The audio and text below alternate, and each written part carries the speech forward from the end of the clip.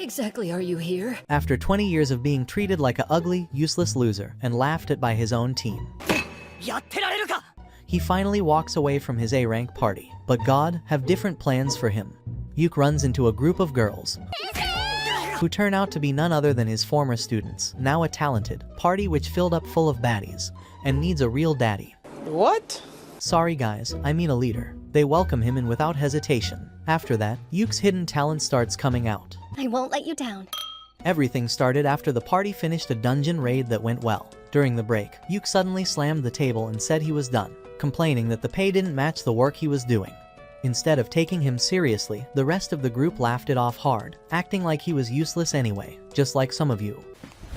Emotional damage! The next day, Yuke was already out looking for a new job, feeling like someone who got kicked out with no backup plan.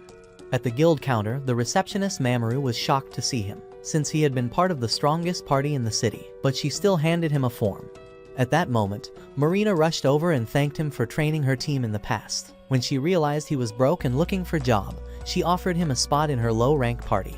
Later, Yuke met Silk and Rain, his former students, who were shocked that a B-rank adventurer like him joined a new D-rank party. But guys, I think Yuke was happy, because he was the only boy in the group. Stop it. Get some help.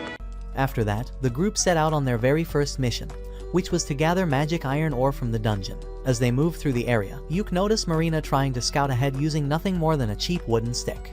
Seeing this kind of poverty made him cringe, because the situation screamed low budget. Without saying much, he pulled out a high-quality detection lantern designed for professionals, instantly making the search much easier. The girls were amazed to see the big lantern. Oh my god! However, Silk quickly got worried and pointed out that the oil needed to run a lantern like that was usually expensive, and could easily wipe out their entire GDP. Yuke calmly told them not to stress, explaining that he had made the oil himself through alchemy. Before anyone could even process that, he suddenly warned them to stop. Out of nowhere, monsters appeared. The girls reacted instantly, jumping straight into combat, while Yuke stayed behind and enhanced them with his magic. Thanks to his support, the enemies were wiped out in moments. Marina couldn't hide her shock at how powerful he really was, but Yuke brushed it off like it was nothing special. When they reached the second floor, they were attacked again, this time by undead zombie. Even so, the party handled them easily, clearing the threat in a single burst. After the fight, Yuke spread holy water across the ground, which stunned the girls since that kind of item usually costs a fortune. Once again, he revealed that he had made it himself. Hours later, after fighting more monsters and collecting ore, they realized they still didn't have enough magic iron. Yuke suggested taking down the floor boss so they could move deeper into the dungeon and reach the 6th floor. The girls were instantly terrified, knowing how dangerous a floor boss could be. Yuke, however, told them not to worry. On the 5th floor, as Yuke prepared to face the boss, he released a drone to record the battle. Before entering, he asked the girls what they called their party, but they admitted they hadn't chosen a name yet. On the spot, Marina suggested the name Clover, saying it matched their group, and everyone agreed. Yuke raised a protective barrier, opened the gate, and faced the boss head-on. Casting multiple spells at once, he slowed the monster down and crushed it instantly. The girls cheered as they opened a chest full of magic ore, proudly declaring their first mission is accomplished. The next day, the girls suddenly told Yuke he should be the leader of their party. He tried to turn it down and said it felt weird, but they wouldn't drop it. In their eyes, he had more experience. But guys, I know he had no experience with girls like my friend, who is a 40-year-old V-card holder. Also, the girls tells him he'd been their teacher before, so having him in charge was the obvious choice. While they were talking, Yuke thought it over seriously. If he became the leader, he could watch them closely and protect them from the dangerous stuff they'd run into later. Wait a minute! If he became the leader, he could watch them closely and What do you mean by that? protect them from the dangerous stuff they'd run into later. With that in mind, he accepted the role. Half joking, he told them to call him out if he ever started acting like some clueless old guy bossing everyone around, which made the girls laugh. Meanwhile, Yuke's old party, Thunder Pike, was getting wrecked in a different dungeon. The monsters there were stronger than they expected, and in the middle of the fight one of their members got badly hurt. Realizing they couldn't win, they retreated in a panic. The leader carried the injured teammate and shouted to the others, asking if anyone had a healing potion. Nobody did, because stocking that kind of thing had always been Yuke's job.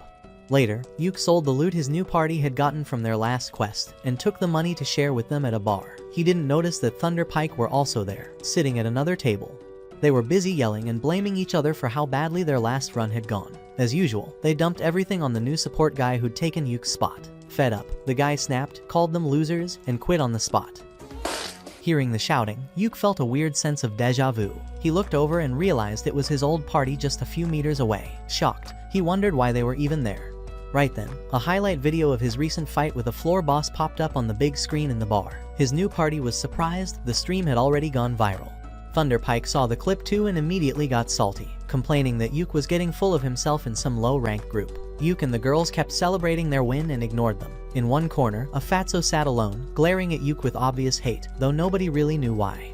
The next day, at the Adventurers Guild, Yuke was trying to pick a quest that would give the three girls both solid experience and a good reward. The receptionist suggested a C-rank request to collect 3 stones from a waterfall. Yuke was surprised it was even C-rank, because it sounded simple enough to be a D-rank job. Because of that, he figured there had to be some kind of catch. The receptionist then explained that a large magic beast had made the area its territory. Hearing that, Yuke thought this quest might actually be perfect for boosting the girls' evaluations. Right then, the girls showed up. Yuke tried to explain the danger and break down the details, but Marina quickly accepted the quest without really listening. The other girls agreed just as fast. Seeing they were all fired up, the receptionist printed out the request for them and went to process it. Yuke finally told the girls that a dangerous monster was hanging around that area, and said they still had time to back out if they wanted, but Silk refused right away, reminding him they needed the points from this job, and even said they'd be fine as long as he was with them. Hearing that, Yuke dropped the warning talk and told them to go get their gear ready. A little later, the receptionist came back with the stamped quest form and casually mentioned that their last stream had already passed 10,000 views, and people were spamming comments waiting for their next run. Yuke was a bit shocked by the number, but he agreed to broadcast this mission too, saying he wanted the girls to get more attention and recognition. Meanwhile, that fatso from before was secretly tailing Yuke, still mad that Yuke existed. Basically, when Yuke left the guild building, he noticed footsteps behind him, so he slipped into a side alley. The stalker finally stepped out. It was the same guy from earlier and told Yuke to quit Clover. Yuke turned him down, saying he'd literally just joined last week. The guy snapped, pulled out his sword, and yelled that he'd tried to join the girls' party before Yuke, but they'd ignored him. As soon as the blade came out, Yuke quietly set a spell on the ground under his feet. Then he turned like he was going to walk away. The guy lunged to attack, but the magic triggered, his footing vanished, and he face-planted so hard, he blacked out on the spot. Later on, Yuke asked the girls about this dude, and they said he'd been pestering them for a while. His actual skills weren't anything impressive, so Yuke just dropped the topic and switched back to talking about the quest. He explained that since they had no idea what kind of creature was waiting for them, he'd start the stream the moment they entered the dungeon. That way the guild could watch in real time and send help if things got out of hand. Once they reached the forest, Yuke sent his magic drone up right away to start the broadcast.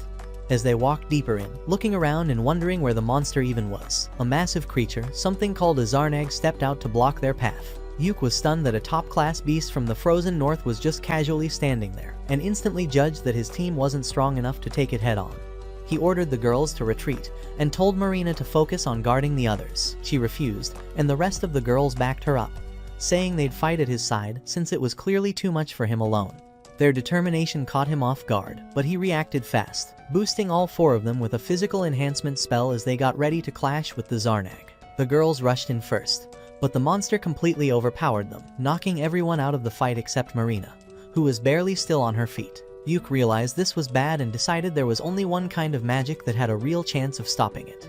He asked Marina to hold the beast off for just a little longer while he focused everything on casting his ultimate spell. Yuke waved his hands around for a bit, finished his chant, then told Marina to step back. A second later, he fired a huge magic blast straight into the beast. The hit tore into it and messed it up badly, but somehow, the thing was still standing and came charging at them anyway. Rain reacted fast and called down a lightning strike on it. Even after getting fried, the monster refused to drop, which completely stunned Yuke. Realizing they couldn't waste any more time, he yelled for Marina to rush in and take its head. Marina didn't hesitate. She dashed forward and sliced through its neck cleanly, like she was cutting something soft, and the monster finally went down for good.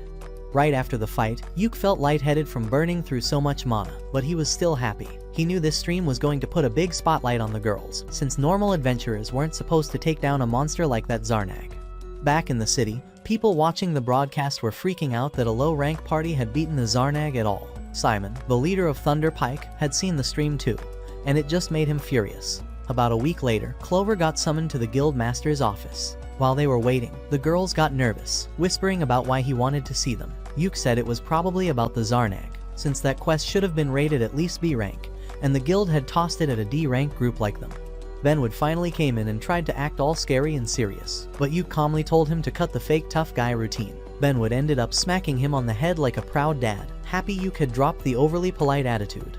After that, Benwood told them to sit and ask Yuke what he thought was really going on. Yuke said it might be an overflow, so they needed to look into it right away. Benwood's assistant rushed off to start dealing with it.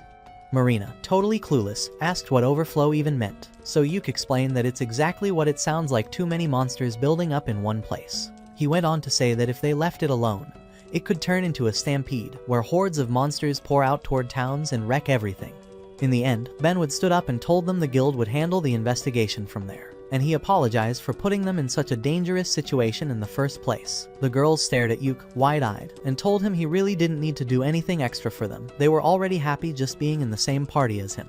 Benwood cut in and said that even if you pretended Yuke wasn't there, the three of them were still strong enough on their own. Because of that, he was thinking about bumping the whole group up to C rank. Yuke asked if that wouldn't cause issues with the rules, but Benwood explained that the guild association had already signed off on it. They'd also taken into account that someone of his level was leading them. Yuke, confused, said, "I'm only B rank, though."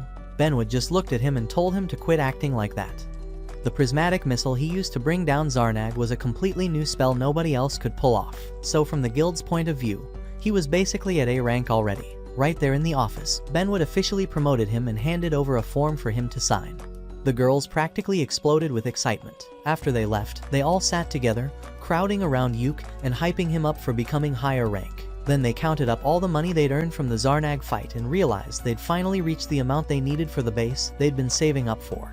That night, while Rain was pouring Yuke a drink, she suddenly asked him what his dream was. The question caught him off guard, so he asked why she wanted to know. Rain explained that since they'd hit their first big goal, they wanted to hear his dream so they could decide what to chase next. Yuke thought for a moment, then said he wanted to challenge the deepest floor of the dungeon called Achromatic Darkness. The girls almost spat out their drinks when they heard that. It was the only dungeon with a strange gate that led straight into the underground.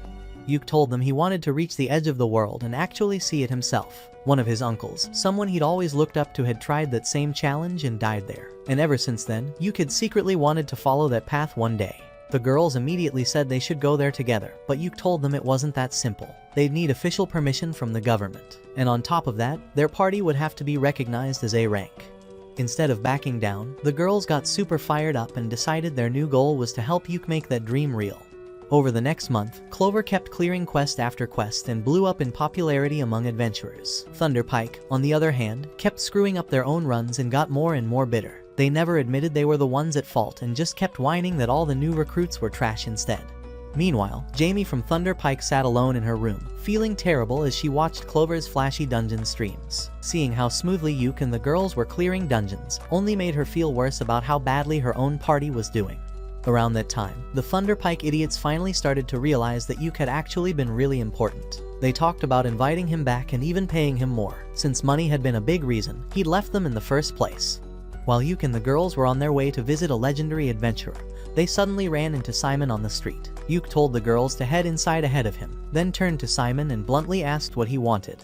Simon asked him to return to Thunderpike, and promised he'd help Yuke chase the dream he'd always talked about when they were younger. Yuke didn't flinch and turned him down on the spot, just like your crush in high school, guys. Trying to twist things, Simon said the party was struggling because Yuke left, and that Yuke needed to take responsibility for the mess they were in. Yuke shut him down immediately, said he wasn't coming back, and walked off to rejoin Clover. A few days later, Yuke brought the girls a new request from a battle gear company called Earthy's. The job sounded simple. They would clear a dungeon while wearing Earthy's latest armor set, and the whole run would be recorded and used as a promotional video. The girls got hyped right away and started touching up their hair and faces, wanting to at least look a bit cuter on camera. As they read through the terms, they noticed that any armor they used for the mission would belong to them afterward. That made them even more excited, since Earthy's was known for high-quality gear.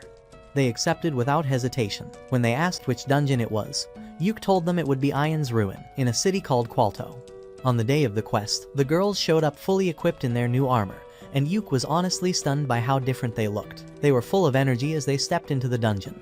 Yuke explained that this place only had 4 floors, and their goal was to reach the 4th level and then pass through into an abandoned city-type dungeon at the bottom. When they reached the huge open shaft in Artrium, Yuke said they'd be going down by the stairs. Marina groaned and asked why they couldn't just hang a rope and slide down faster. To show her why, Yuke picked up a small stone and dropped it into the middle. It immediately sparked in midair. He explained that Artrium had turned into a kind of labyrinth, and that Soph's distortion wouldn't let anything simply fall straight through the center. Right then, Yuke noticed Rain had been quietly sulking and asked what he'd done this time. Marina pointed out that Rain had changed her hair, ribbon, and that this clueless guy hadn't even noticed. As soon as he heard that, Yuke quickly complimented the new ribbon, and Rain's mood flipped as she hugged him with a happy smile. As they moved further into the dungeon, Yuke noticed a strange patch of floor glowing softly, almost like a portal. Instead of stepping on it, he pulled out his long staff and prodded it first. The second, the tip touched the light. Sharp spikes shot up from the ground and walls, and the girls went pale, realizing they'd have been turned into skewers if Yuke hadn't checked it. They went on ahead, and soon ran into a bunch of orcs blocking the path. The moment Silk saw them, she tensed up and reached for her bow, since orcs were natural enemies of elves. Yuke told her to relax for a moment. He cast a physical enhancement spell on everyone, and, with all of them attacking together, they wiped out the orcs in under a minute. After the battle, Marina picked up a scroll that one of the orcs had been carrying. Yuke examined it and said it was a Memorandum of Revelation, a special item that can bring out hidden abilities.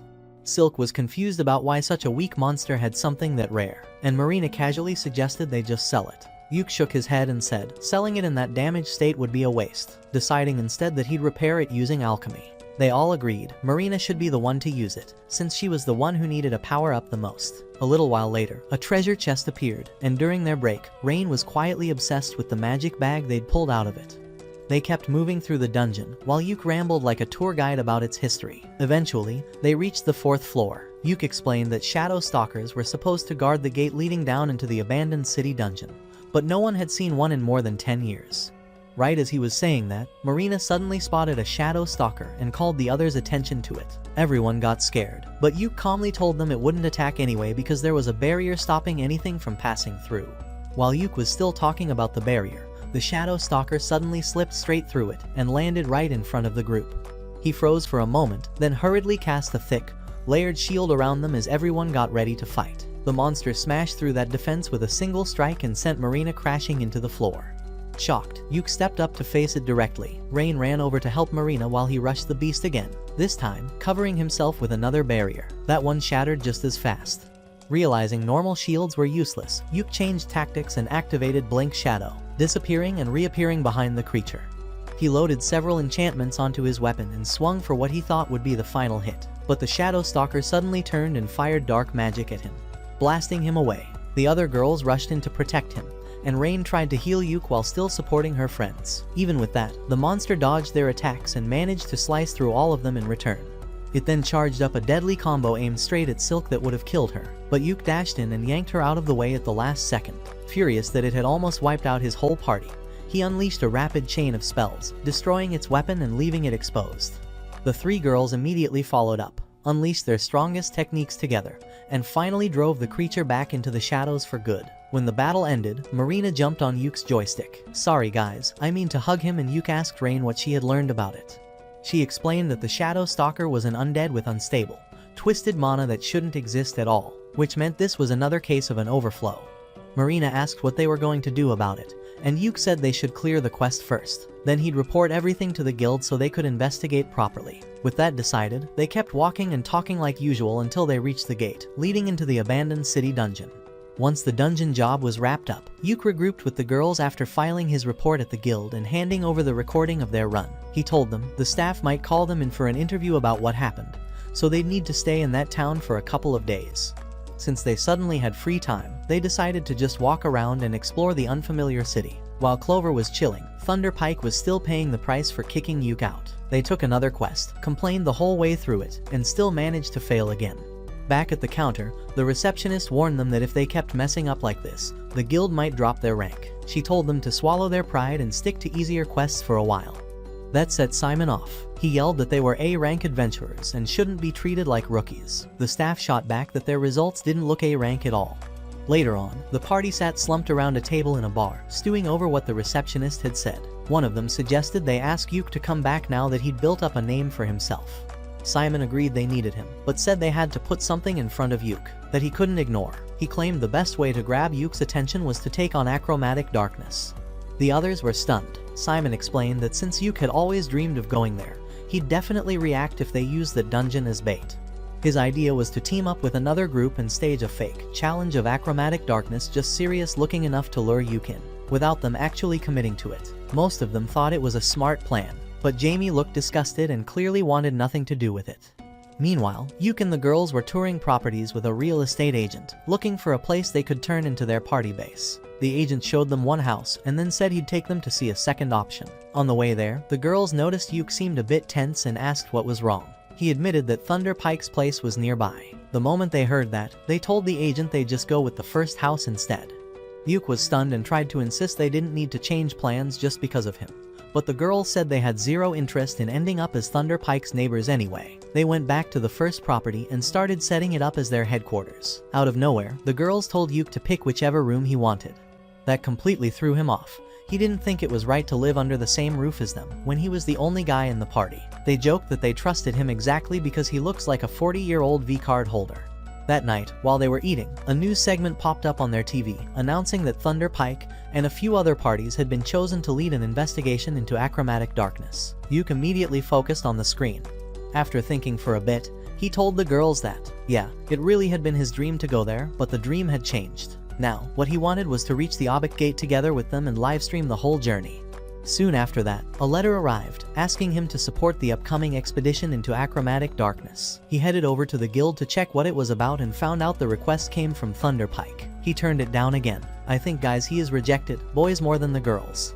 The next day, Simon marched up to Yuke, visibly angry, demanding to know why he turned down the request, when his dream had basically been served to him on a plate. Yuke answered in a flat tone that he wasn't interested in going, at least not together with Thunder Pike. That only pissed Simon off more, and he started blaming all their recent failures on Yuke leaving. Yuke snapped back that they were the ones who made his life miserable back when he was still in their party.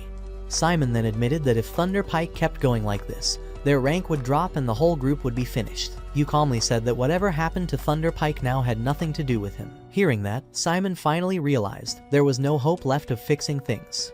2 weeks later, Yuke met Benwood in his office to talk about new overflow cases appearing in several different dungeons. Benwood said a stampede was probably on the way, and that was likely why the government had approved an investigation into achromatic darkness. He added that he wanted to put out a nomination quest for people to join the investigation team. Yuke asked why he was offering that kind of job to a C-rank party when A-rank groups were already involved. Benwood just replied that those A ranks were basically weaklings. Yuke repeated how dangerous achromatic darkness really was. At that moment, Benwood pulled out a magic scroll and handed it to him, saying he wanted Yuke on the mission because he was someone he could actually trust. Yuke said he'd talk to his party first and come back with an answer. Later that day, he met the girls and told them he was planning to turn it down. He said they still weren't ready for a place like achromatic darkness. Silk disagreed and said they were strong enough to at least go as scouts, and since they were going to aim for the Obit Gate someday anyway, this was the perfect chance to check the dungeon out in advance. The others agreed with her, but Yuke still hesitated. That was when they realized he was scared of losing them during the expedition. He admitted it, saying they were the best party he'd ever been with, and he didn't want to lose this experience. The girls told him to believe in them, reminding him that they also wanted to help push him closer to his dream. Their resolve caught Yuke off guard, and he finally agreed to accept the quest. They went back to Benwood to give their answer, and Yuke added that they'd need a scout for the mission. Benwood, who had already planned for that, introduced an energetic bunny girl named Neen and said she would be their spotter and support during the job. Later, when they finally reached the entrance to achromatic darkness, the group was surprised to find the dungeon gate literally hidden beneath the Adventurers Guild itself. Benwood explained that the guild building had been constructed right over it to act as a seal. As they got ready to go in, Benwood updated them on the situation. Of the 3 A-rank parties originally assigned to this investigation, 2 had already backed out, and only Thunder Pike was left, and even they were acting suspicious. Clover had kind of expected something like this. Before they stepped inside, Benwood reminded them that their only objective was to scout the dungeon and report back, nothing more. They started their live stream and officially began the mission. Nini walked at the front, then suddenly turned invisible to scout ahead for enemies. The others were impressed and a bit shocked at how hard she was working, like she was putting in way more effort than she needed to. She came back shortly and reported nothing unusual, so they kept moving. As they walked, Yuke mentioned that when Thunder Pike entered the dungeon about 2 weeks earlier, they only reached the 8th floor before retreating. While he was still talking, Neen signaled that there was a monster up ahead. There was no safe way around it, so they had to fight. With a coordinated assault, and Yuke's prismatic missiles finishing the job, they took the creature down in one clean exchange. Soon after, they reached a rest area and spotted a treasure chest. Nini unlocked it, and inside, they found several rare jewels. Yuke told Silk to stash them in her magic bag. He also noticed a small black box tucked into a corner. Inside was a ring that felt strange. He couldn't tell what kind of artifact it was. He decided to keep the box and show it to Benwood later, thinking it might be connected to all the weird incidents lately. Then he gently took Rain's hand and slipped the ring onto her finger, completely catching her off guard. It felt way too much like a proposal. Yuke quickly explained that it was called a sanity ring, an item meant to keep the wearer's mind stable. They eventually reached the stairs down to the second floor and took a break there. While they rested, Yuke asked what everyone thought was off about the dungeon so far. Marina said that out of all the monsters they'd fought, the shark-headed one felt totally abnormal. Nini agreed. That led Yuke to say that both the shark-headed monster and the treasure chest with rare items and keys that weren't in the official logs were clear signs that something was wrong. The girls asked what he meant, so he explained that running into a monster that obviously didn't fit the dungeon and finding a chest full of rare artifacts on the first floor was way too strange to ignore, and made the whole place suspicious. They immediately asked what they should do next, but Yuke told them to relax. It was still only the first day of their mission. They decided to head back toward the exit for now. On the way out, Thunder Pike suddenly showed up. Simon asked Yuke why he had turned down their invitation, if he was going to come here anyway. Yuke answered that he was there because the kingdom had officially given Clover this task, unlike Thunder Pike, who were only trying to stroke their own egos. Thunder Pike started acting arrogant again, saying Clover should be grateful to have an A-rank party around. Simon stepped closer to Yuke and demanded his stream data and all the information he'd gathered so far. Silk moved forward, clearly pissed, but the Thunder Pike guys insulted her for being a dark elf, mocking her race for its bad reputation. That was Yuke's breaking point. He reached for his sword and said that Silk was his family. Simon tried to frame it as an offer of alliance, but Yuke replied that just the idea of teaming up with Thunder Pike made him feel sick. Stunned, they watched as he turned his back on them and walked away with Clover. While all of this chaos was unfolding, useless people were talking about what's going on.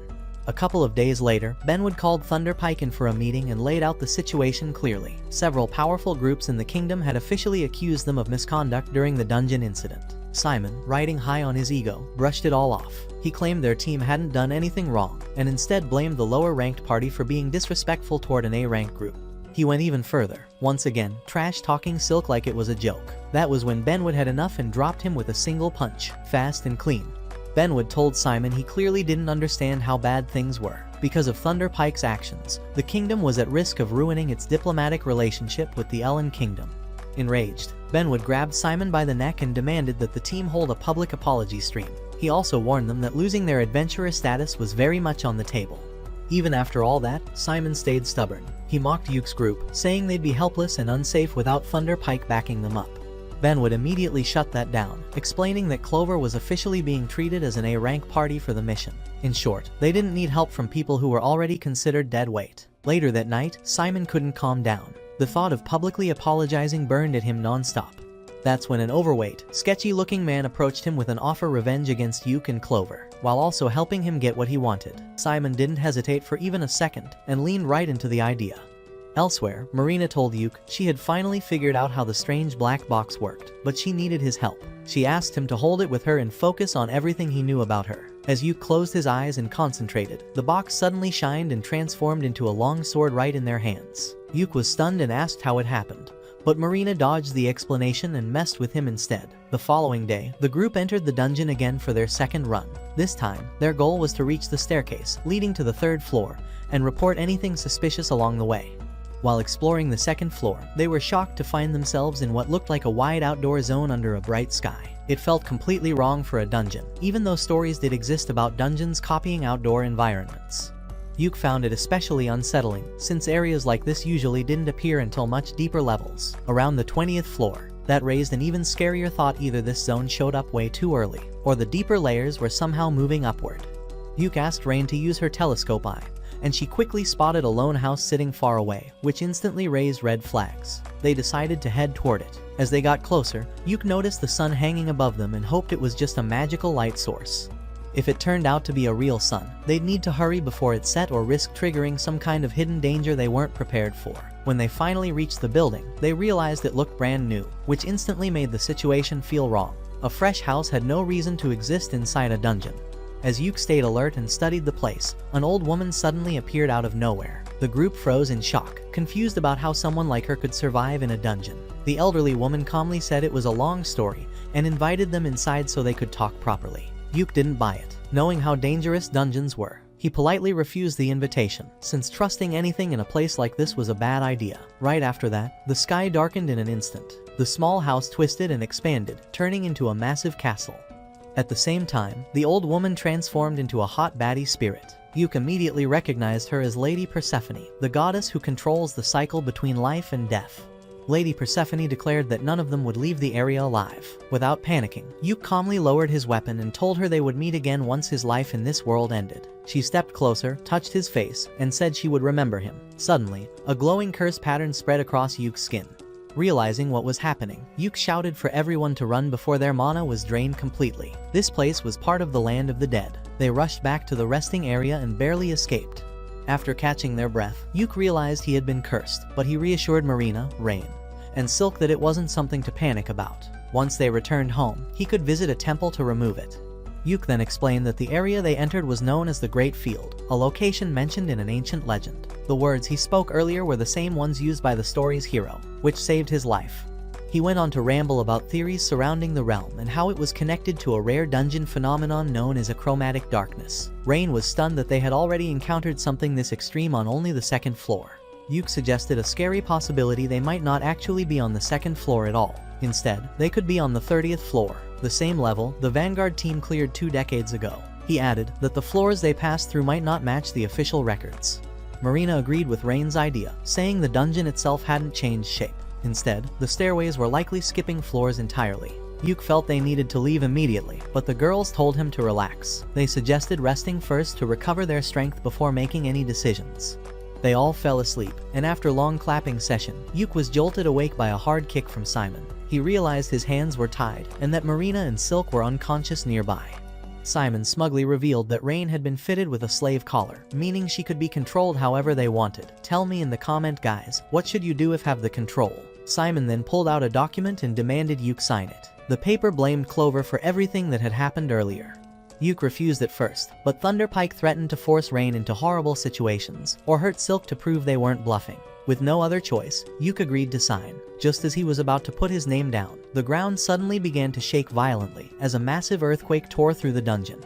Yuke shouted that they had to escape right now because the dungeon itself was starting to fall apart. But Simon didn't care at all. His only focus was forcing Yuke to sign the paper. The shaking grew violent, cracks spread across the ground, and suddenly Simon and his teammates lost their footing and fell through. Yuke rushed to Marina, Rain, and Silk, trying desperately to wake them up, but they were completely out cold. He reached for his magic bag, only to realize Simon had stolen it earlier. Before he could react, the floor beneath them gave way as well. At the last second, Jamie used her magic to slow their fall, letting them land safely. This stunned the rest of Thunderpike, who couldn't figure out whose side she was actually on.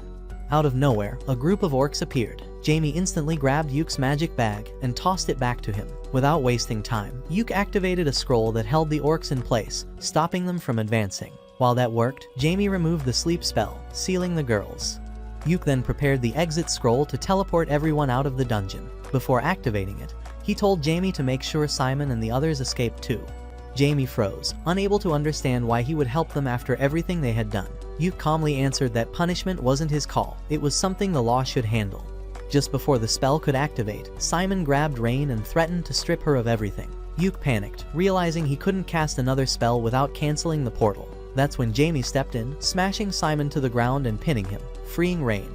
Simon shoved her aside and tried rushing toward the portal. When his teammates begged him not to abandon them, he shocked them unconscious without hesitation. Seeing this, Jamie attacked again, using a spell that paralyzed Simon completely. Thanks to that, only Yuke, Marina, Rain, and Silk made it through the portal. Left behind with the remaining Thunderpike members, the orcs began closing in. With no way out, Simon injected himself with a vial he had hidden away, transforming his body into a monstrous form. Back at base, Yuke and the others met with Benwood and watched a recording Jamie had left behind. In it, she apologized for everything she and Thunderpike had done, admitting how wrong they were, even after Yuke tried his hardest to protect them. She confessed that she deeply envied the bond between Yuke and his new team, and wished she could have been part of it too. Jamie also revealed that all of Thunderpike's crimes had been recorded on a magic gem. Watching the message crushed Yuke, and he blamed himself for leaving her behind. However, Marina, Rain, and Silk told him the truth, none of this was his fault. Benwood then revealed that the guild had received an emergency distress stream coming straight from the dungeon. When he played it for everyone, they immediately recognized Jamie's voice, warning about the dangers of achromatic darkness. Benwood said the guild was debating whether they should send a rescue team or not. Without hesitation, Yuke volunteered to go alone. Benwood reminded him that he still hadn't fully recovered, but Yuke refused to back down, saying Jamie was his friend, and he couldn't abandon her. He even asked for another exit scroll, but Benwood responded that the final decision on sending help hadn't been made yet. After Benwood left the room, Yuke quietly stated that he would save Jamie himself no matter what. That's when the rest of Clover stepped forward and said they were going with him. They owed Jamie their lives. Rain added that when the slave collar had been placed on her, she was the one in the most danger, and Jamie saved her just as she had taught them. At that moment, Yuke used a dark spell, instantly breaking the slave collar off Rain's neck, shocking everyone watching. Yuke then admitted that since being cursed, he had gained new spells and abilities he never knew existed. The mark on his face meant he had become Persephone's disciple, suggesting she had taken interest in him that day. Just as they prepared to head out, a knock came at the door. The ugly man showed up, acting confident and assuming Thunder Pike had succeeded. Clover shut him down immediately. Rain placed the slave collar on him and warned him to stay away, while Yuke added a dark curse that would make his blood boil if he ever got close to Rain again. As Clover prepared for battle, they realized they were missing the most important item, the exit scroll. Right then, Lucent arrived and handed it to Yuke, asking why he planned to return to achromatic darkness. Yuke's answer impressed him, and before leaving, Lucent said he was glad Yuke understood what truly mattered as an adventurer. Afterward, the girls explained Lucent had once lost half his party in a dungeon, which made Yuke understand why he trusted him. Before they set off, Benwood asked if this was truly what they wanted. Yuke replied without hesitation that they had to save Jamie at all costs. When Benwood asked how they planned to find her in a dungeon that changed routes every time, Yuke explained his theory that the dungeon responded to the subconscious expectations of those who entered it. As they moved forward, everything played out exactly as Yuke predicted. The dungeon led them to a tower where Jamie was being held. Blood stained the ground, and they rushed forward, only to find her badly injured. As they tried to help her, Simon suddenly appeared, shocking everyone. A massive wave of dark, twisted energy poured from him. Simon had become an undead zombie. Simon lunged forward without hesitation. Marina stepped in to stop him and managed to slash his arm. But it didn't matter, his hand regenerated instantly. Realizing normal attacks were useless, Yuke jumped into the fight himself. No matter how hard or how often Yuke struck him, Simon's body kept restoring itself again and again. With no other option left, Yuke unleashed his strongest move, an enhanced prismatic missile fused with Persephone's cursed power. Simon absorbed the spell effortlessly and mocked it, assuming it was another harmless attack that couldn't erase him. But moments later, his body began rupturing repeatedly, bursting non-stop as if it were falling apart from within. Even though the spell wouldn't outright kill him, it was designed to continue endlessly until death, leaving Simon stuck in a permanent state of breakdown. Desperate, Simon pleaded with Yuke, reminding him that they had grown up together as children. Yuke didn't answer. He turned away and rushed to heal the badly wounded Jamie instead. Soon after, shadow stalkers emerged and began devouring Simon. Yuke quietly said his final farewell to the person who had once been his friend. A week later, at the Adventurers Guild, Benwood announced the consequences. Clover would be suspended for 1 month, and their records would be reduced as punishment for entering the dungeon after it had been sealed. Benwood also took responsibility and accepted a pay cut for allowing it to happen. Jamie, meanwhile, lost her adventurer license for a full year due to her involvement with Thunder Pike. Another week passed, and Yuke met with Mamar to formally invite Neen to join Clover permanently. Mamar blushed and asked if Yuke was sure Neen could keep up with such a dangerous team. Yuke replied that Nini had been performing so well, he had forgotten she was only supposed to be with them temporarily. Mamar agreed right away and said she'd handle the paperwork, then joked that they should probably tell Nini first. She opened the door, and Nini fell flat into the room, caught red-handed for eavesdropping. She quickly apologized, but Yuke told her to relax and give him an answer already. Neen admitted she had wanted to join for a long time, but didn't want to be a burden. Hearing that, Yuke welcomed her into the party without hesitation. Mamar gave Nini a warm goodbye hug, officially sending her off with Yuke and Clover. On their way out, Nini handed Yuke a letter from Silk. After reading it, he quietly folded it away and told everyone they should go check on Jamie right away. At the same time, Jamie was busy doing some surprisingly high-level organizing. When they knocked and entered her room, Yuke praised her efficiency. The place had been abandoned for a long time, and since it was now her new base, she was rearranging everything. Jamie mentioned it would take her about a week to finish organizing, which stunned Nini. She immediately admitted it would have taken her a whole year. Jamie then thanked Yuke for giving her a chance to work at the guild. After that, Yuke told her that Silk wanted her to come by the party base once she was done. Since Jamie was almost finished anyway, she decided to head out with Yuke and Nene. Along the way, they talked about the snow, which suddenly triggered memories for Yuke of playing in the snow with Simon as a kid. His mood dropped instantly. When the girls asked what was wrong, he brushed it off, but they could tell what was on his mind and reminded him that he was making everyone worry.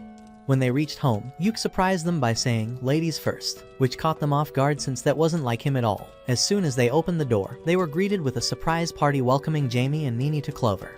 Both of them felt slightly betrayed when they realized Yuke had known about it the whole time, but he admitted he couldn't say anything. Nene was thrilled to finally be there, but Jamie felt undeserving, believing she didn't belong after everything Thunder Pike had done to Yuke. The group reassured her, telling her the past didn't matter and that they were starting fresh as a new party. That was enough to bring her to tears. The celebration continued with a big feast, and during dinner, Marina pointed out that Clover now had 6 members, meaning the name might not make sense anymore. Jamie quickly corrected her, explaining that there were rare clover flowers with 6 leaves, so the name still worked perfectly. Later, Yuke walked Jamie back, and the two talked about their early days in Thunder Pike before everything fell apart. Yuke admitted he became who he was because of that party, but Jamie replied that Thunder Pike was already gone. Yuke blamed himself, but Jamie told him they were all at fault. They had mistaken his efforts for their own strength. She apologized again, and promised to give everything she had to support Clover moving forward. Back at home, Yuke found Rain washing dishes and offered to help. As they worked together, she teased him about how it felt like a newlywed scene, leaving him flustered. The moment turned sweet, and before stepping away, Rain told him she was waiting for his answer, giving him a quick peck. When another girl's voice suddenly echoed nearby, Yuke bolted away in embarrassment. After a month-long suspension, Yuke visited the guild and greeted Mommer. She revealed that a brand new dungeon had been discovered in the city, something that hadn't happened in over 10 years. Shocked, Yuke asked where it was located, and she explained it was near a lake by the trading city of Duna. She suggested Clover use it for their comeback stream, especially since the kingdom had personally requested them to be the first to investigate due to their success in Achromatic Darkness. Yuke said he needed to discuss it with the team first.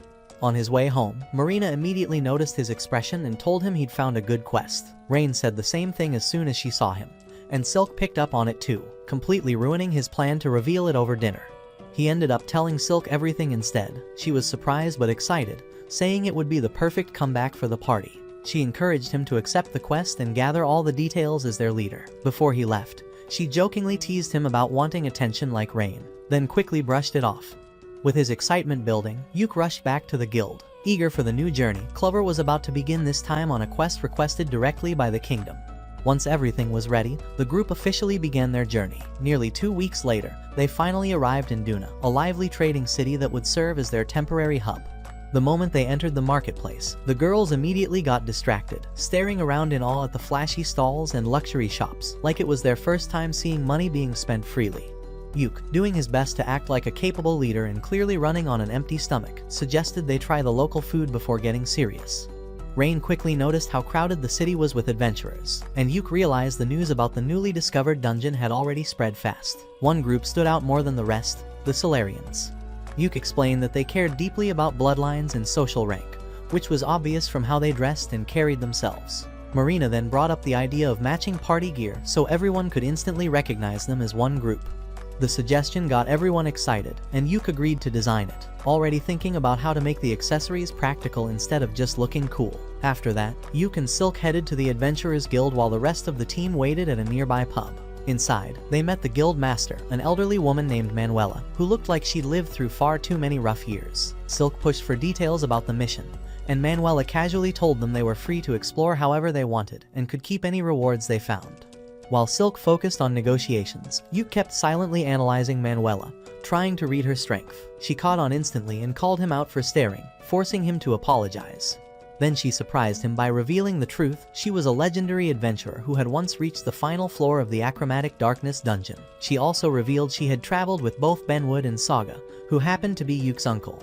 The revelation left Yuke shaken. Manuela laughed it off, told him not to be so tense, wished them luck, and handed over directions to their lodging. When Yuke returned to the others, he found Marina and the girls surrounded by a group of Samutarian men, stirring up trouble. The men were loudly talking in their own language, leaving bystanders confused. Marina explained they were being pressured to serve drinks and treated disrespectfully.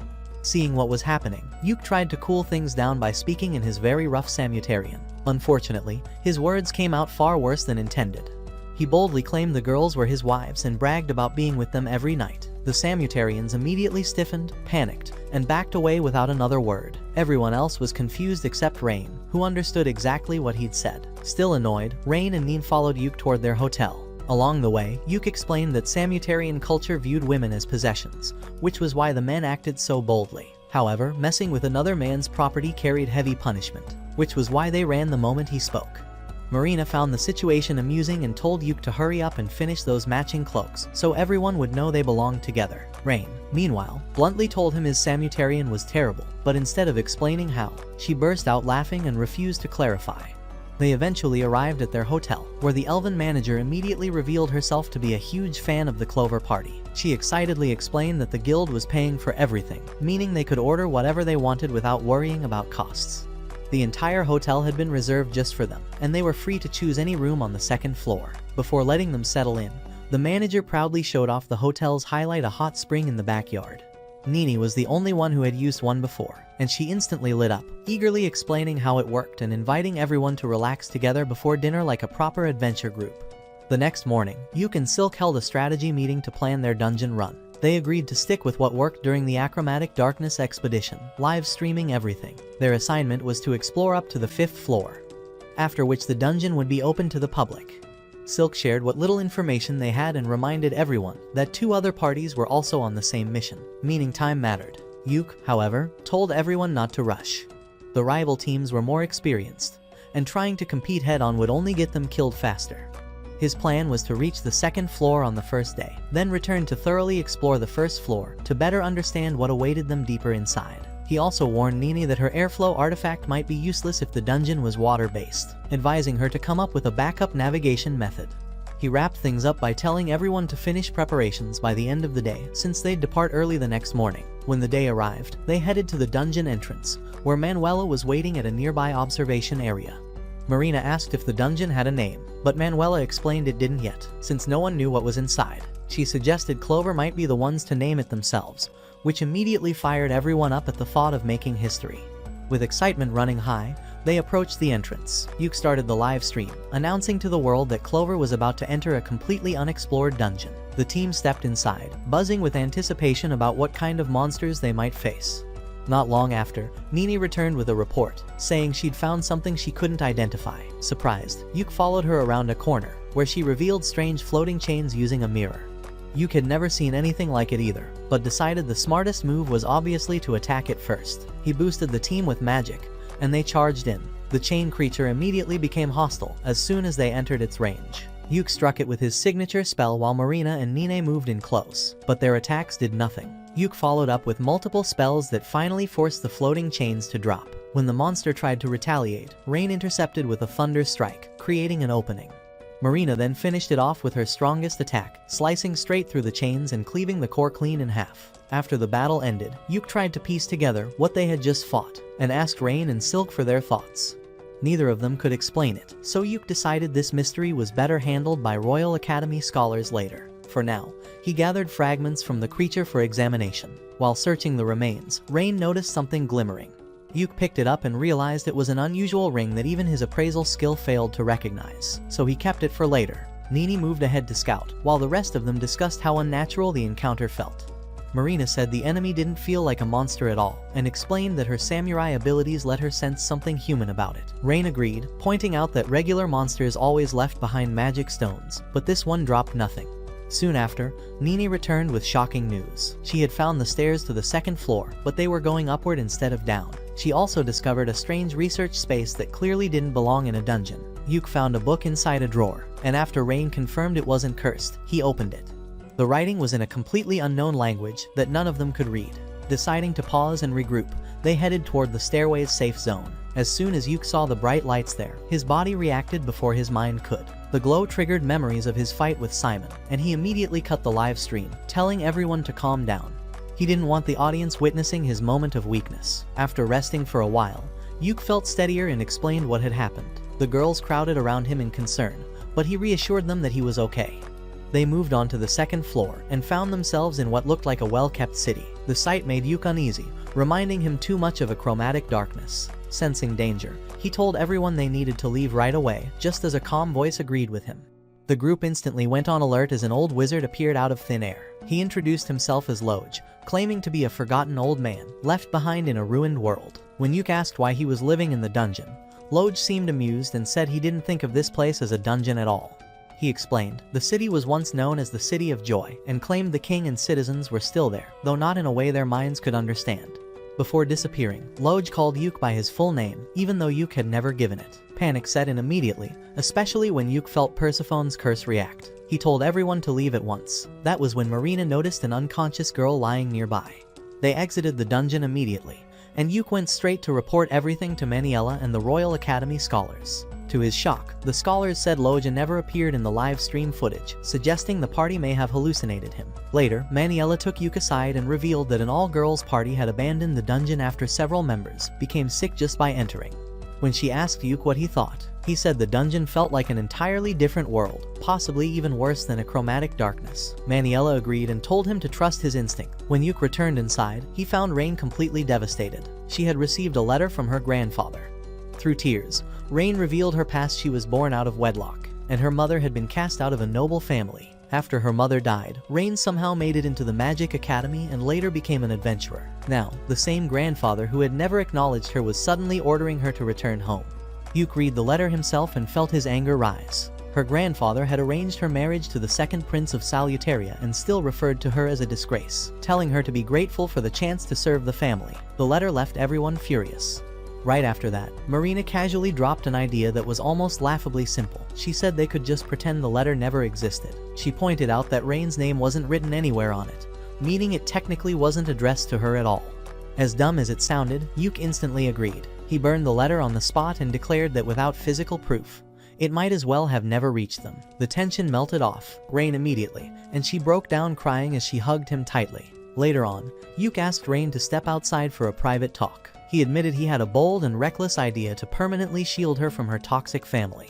Without easing into it, he suddenly asked her to marry him. He explained that under Salutarian law, marriage meant legal ownership, which would stop anyone from that country from claiming her. Rain didn't hesitate at all. She accepted instantly, agreeing to become his wife even if it was only a technical arrangement. The next morning, Maniela informed Yuke that the marriage had already been approved. She joked that she highly doubted the relationship would remain fake for long. With that issue settled, Yuke and the group returned to the dungeon to continue investigating the strange city on the second floor. As usual, Nini went ahead to scout, but she quickly came running back in a panic. When the group followed her, they were met with a disturbing sight: towering pillars, each holding a large cocoon. Rain could feel dark, corrupted mana leaking from them, similar to what they had sensed from the chain monster before. Nini volunteered to approach one, but as she got closer, eye-like patterns on the surface began to hypnotize her. Suddenly, a massive mouth split open and lunged toward her, but Yuke reacted instantly and yanked her back to safety. Realizing close-range combat was too risky, Yuke ordered everyone to fight from a distance. Marina prepared her crossbow, Silk knocked her arrows, and Rain focused on ice magic. After strengthening the party with physical enchantments, Yuke charged forward. The cocoon creatures tried to ensnare him with their hypnotic gaze, but he countered with a flash spell, then followed it up with a stronger blindness enchantment to shut their vision down.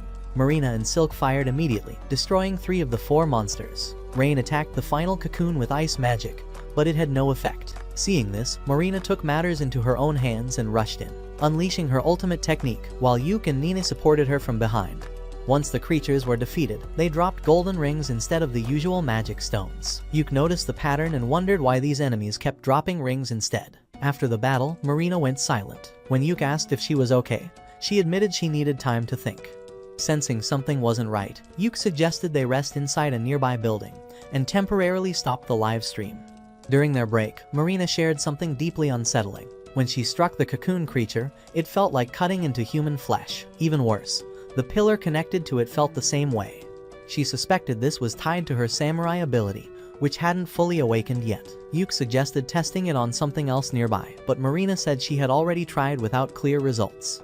Silk added that the spirits weren't responding properly in this area, similar to what she felt in the grave field of achromatic darkness. Rain agreed, pointing out that the mana throughout the city felt unnatural. Acknowledging everyone's unease, Yuke suggested they head up to a rooftop to get a better view of the city before deciding their next move. Standing above the city, Yuke made the call that they would check the central castle and then stop their investigation for the day. As they headed through the empty streets, the silence felt wrong. There were no voices, no footsteps, no signs that anyone had ever lived there. The unease brought back memories of their meeting with Loj, and Yuke tried to convince himself that the old man hadn't been real. Rain shut that idea down right away. She reminded everyone that Loj had given her a sanity ring, a protective item that blocked mental interference completely. Since hallucinations wouldn't work on her, Loj couldn't have been imaginary. That led the group to another conclusion because he never appeared on their live stream. Loj must have been tampering with their recording equipment somehow. Before they could debate it further, they saw Loj standing calmly in front of the castle gates. When they demanded to know what was wrong with the city, he simply brushed it off and claimed everything was normal. Yuke pressed him harder, asking if the creatures they fought had once been human. Instead of answering, Loj drifted into vague, philosophical talk about the meaning of humanity. Growing irritated, Rain changed tactics and asked about the golden rings. Loj continued rambling without giving anything useful, then casually said they would meet again before disappearing. Right after that, the castle gates opened on their own. The group agreed to do a quick sweep inside before calling it a day. Later, Yuke went over the recordings and castle structure with Viscom Bodman, the Royal Academy supervisor, and Maniela. At this point, they all accepted that Loj had been real. Maniela praised Yuke for how he handled the situation. Bodman then shared his analysis of the golden rings, confirming they were created from human sources. Yuke pointed out that this matched Marina's earlier suspicions perfectly. Maniela explained that if dungeon monsters were truly created from humans, access to the dungeon would need to be restricted to elite adventurers only. When Yuke added that Marina had sensed human presence inside the pillars as well, both Maniela and Bodman were visibly shaken. Bodman then brought up the all-girls adventuring party that had tried entering the dungeon earlier but withdrew after several members fell ill. Even more disturbing, he revealed that viewers watching Clover's livestream had experienced similar symptoms, from mild fevers to sudden violent behavior. This led him to suspect that the broadcast itself was being affected. That immediately reminded Yuke of Loj describing the second floor as a city stained by twilight. Yuke became convinced the glowing golden light throughout the city was the source of these abnormalities, even though he had no way to prove it yet. Maniela explained that while the kingdom needed time to decide the dungeon's fate, Clover would still be required to continue investigating it. After agreeing to proceed, Yuke stepped out of the meeting tent only to be stopped by Nini, who rushed up to him in a panic. She told him the girl they had rescued from the dungeon had finally woken up, and that she was glowing like a star. Yuke stepped into the tent and stopped cold. The girl they had rescued was now hovering in midair, wrapped in a brilliant golden glow that lit the entire space. She looked down at him and said she'd been waiting for his arrival. She introduced herself as the former Golden Priestess, and her first message was a dire one. Their world was inching toward a catastrophic event known as the culling, a phenomenon that would erase nearly all life. She explained that the eerie dungeon city they explored was only a preview of what would eventually happen to their world. Sooner or later, everything would be swallowed by a golden twilight and left completely barren. However, Yuke and his team were partially protected from this corruption thanks to their dimensional crossing within the Achromatic Darkness dungeon. Because of that experience, the twilight couldn't easily affect them unless they traveled too deep into its territory. The priestess urged them to find Loj, insisting he carried essential knowledge that could help them stop the disaster. When the girls complained about Loj's confusing, roundabout way of talking, the priestess insisted they would need to push him until he stopped dodging the truth. Rain then asked why she was revealing all of this to them specifically. The priestess admitted the Twilight outbreak began because of her own civilization. Their king's greed for an eternal golden age unleashed the very force, now threatening to destroy Yuke's world. She pleaded with Yuke to confront the Golden King and destroy the treasure responsible for the Twilight, saying it was the only chance to avert global ruin. As her light began to fade, the girl gently descended to the floor. The divine aura disappeared, and the girl introduced herself as Rune, now sounding completely different. She explained that the priestess only used her body as a medium to communicate, and she had no memory of what had just happened. Understanding the urgency, Yuke immediately reported everything to the authorities. A week later, he was summoned by the director of the Royal Academy, who traveled personally after reviewing Bodman's findings. The director led Yuke deep into the royal vault, where ancient murals had been sealed away for generations. The carvings depicted a lone hero facing a colossal threat that endangered the entire world. The director explained that countless parallel worlds existed, and when two of them collided, one world was completely erased. This catastrophic phenomenon was the culling. He believed the Golden King was intentionally steering his world toward a collision with theirs, making immediate preparation necessary. According to the murals, whenever a world faced a culling, a chosen hero emerged to stop it. Since Yuke was the one who uncovered the truth behind the Golden City and the Twilight corruption, the director declared him the chosen hero destined to protect their world. Yuke was almost die in shock. And that's it for today's video, guys. Make sure you must clap the subscribe button, watch the following video, and I will catch you in the next one.